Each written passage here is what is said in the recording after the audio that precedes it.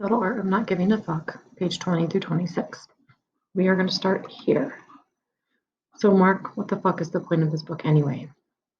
This book will help you think a little bit more clearly about why you're choosing to find important in life and what you're choosing to find unimportant.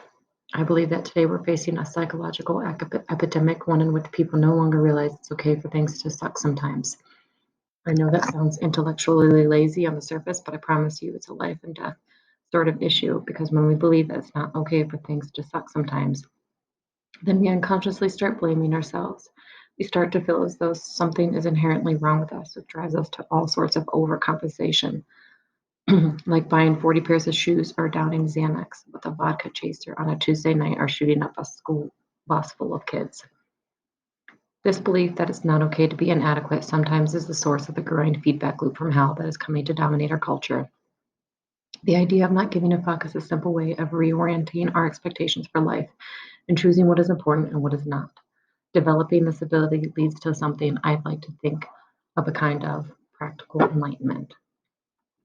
No, not that airy-fairy, eternal bliss and end of all suffering, bullshitty kind of enlightenment. On the contrary, I see practical enlightenment as becoming comfortable with the idea that suffering is always inevitable, that no matter what you do, life is compromised of failures, loss, regrets, and even death. Because once you become comfortable with all the shit that life throws at you, and it will throw a lot of shit, trust me, you become invincible in a sort of low-level spiritual way. After all, the only way to overcome pain is to first learn how to bear it. This book doesn't give a fuck about alleviating your problems or your pain, and that is precisely why you will know it's being honest. This book is not some guide to greatness. It couldn't be, because greatness is merely an illusion in our minds, a made-up destination that we obligate ourselves to pursue, our own psychological Atlantis. Instead, this book will turn your pain into a tool, your trauma into power, and your problems into slightly better problems. That is real progress. Think of it as a guide to suffering, how to do it better, more meaningfully, with more compassion and more humility. It's a book about moving lightly despite your heavy burdens, resting easier with your greatest fears, laughing at your tears as you cry them. This book will not teach you how to gain or achieve, but rather how to lose and let go. It will teach you how to make inventory of your life and scrub out all of the most important items. It will teach you to close your eyes and trust that you can fall backwards and still be okay. It will teach you to give fewer fucks. It will teach you not to try. Next chapter, happiness is a problem.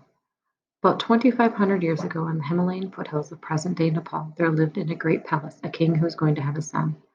For this son, the king had a particularly grand idea. He would make the child's life perfect. The child would never know a moment of suffering. Every need, every desire would be accounted for at all times. The king built high walls around the palace that prevented the prince from knowing the outside world. He spoiled the child, lavishing him with food and gifts, surrounding him with servants who catered to his every whim. And just as planned, the child grew up ignorant of the routine cruelties of human existence. All the prince's child went on like this. But despite the endless luxury and opulence, this prince became kind of a pissed off young man. Soon every experience felt empty and valueless. The problem was that no matter what his father gave him, and never seemed enough, never meant anything. So late one night, the prince snuck out of the palace to see what was beyond its walls. He had a servant drive him through the local village, and what he saw horrified him. For the first time in his life, the prince saw human suffering. He saw sick people, old people, homeless people, people in pain, even people dying. The prince returned to the palace and found himself in a sort of existential crisis. Not knowing how to process what he'd seen, he got all emo about everything and complained a lot. And as is so typical of young men, the prince ended up blaming his father for the very things the father had tried to do for him. It was the riches the prince thought that had made him so miserable, and that had made life seem so meaningless. He decided to run away. But the prince was more like his father than he knew. He had grand ideas too. He wouldn't just run away. He would give up his royalty, his family, and all of his possessions and live in the streets, sleeping in dirt like an animal. There he would starve himself, torture himself, and beg for scraps of food from strangers for the rest of his life. The next night, the prince snuck out of the palace again, this time never to return. For years he lived as a bum, a discarded and forgotten remnant of society, the dog shit caked to the bottom of the social totem pole. And as planned, the prince suffered greatly. He suffered through disease, hunger, pain, loneliness, and decay. He confronted the brink of death itself, often limited to eating a single nut each day. A few years went by, then a few more, and then nothing happened. The prince began to notice that his life of suffering wasn't all that it was cracked up to be. It wasn't bringing him the insight he had desired. It wasn't revealing any deeper mystery of the world or its ultimate purpose. In fact, the prince came to know what the rest of us have always kind of known, that suffering totally sucks.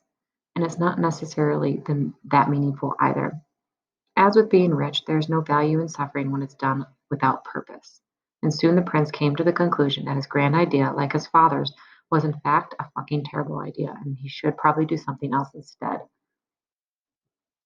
Totally confused, the prince cleaned himself up and went and found a big tree near a river. He decided that he would sit under the tree and not get up until he came up with another grand idea. As the legend goes, the confused prince sat under the tree for 49 days. He won't delve into the biological viability of sitting in the same spot for 49 days, but let's just say that in that time, the prince came to a number of profound realizations. One of those realizations was this, that life itself is a form of suffering. The rich suffer because of their riches, the poor suffer because of their poverty. People without a family suffer because they have no family. People with a family suffer because of their family. People who pursue worldly pleasures suffer because of their worldly pleasures.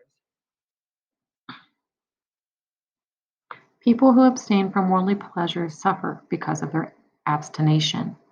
This isn't to say that all suffering is equal. Some suffering is certainly more painful than other suffering. We all must suffer nonetheless. Years later, the prince would build his own philosophy and share it with the world, and this would be its first and central tenet, that pain and loss are inevitable and we should let go of trying to resist them. The prince would later become known as the Buddha, and in case you haven't heard of him, he was kind of a big deal. There is a premise that underlies a lot of assumptions and beliefs. That premise is that happiness is algorithmic and it can be worked for and earned and achieved as if it were getting accepted to law school or building a really complicated Lego set. If I achieve X, then I can be happy. If I look like Y, then I can be happy. If I can be the person like Z, I can be happy. This premise, though, is the problem. Happiness is not a solvable equation.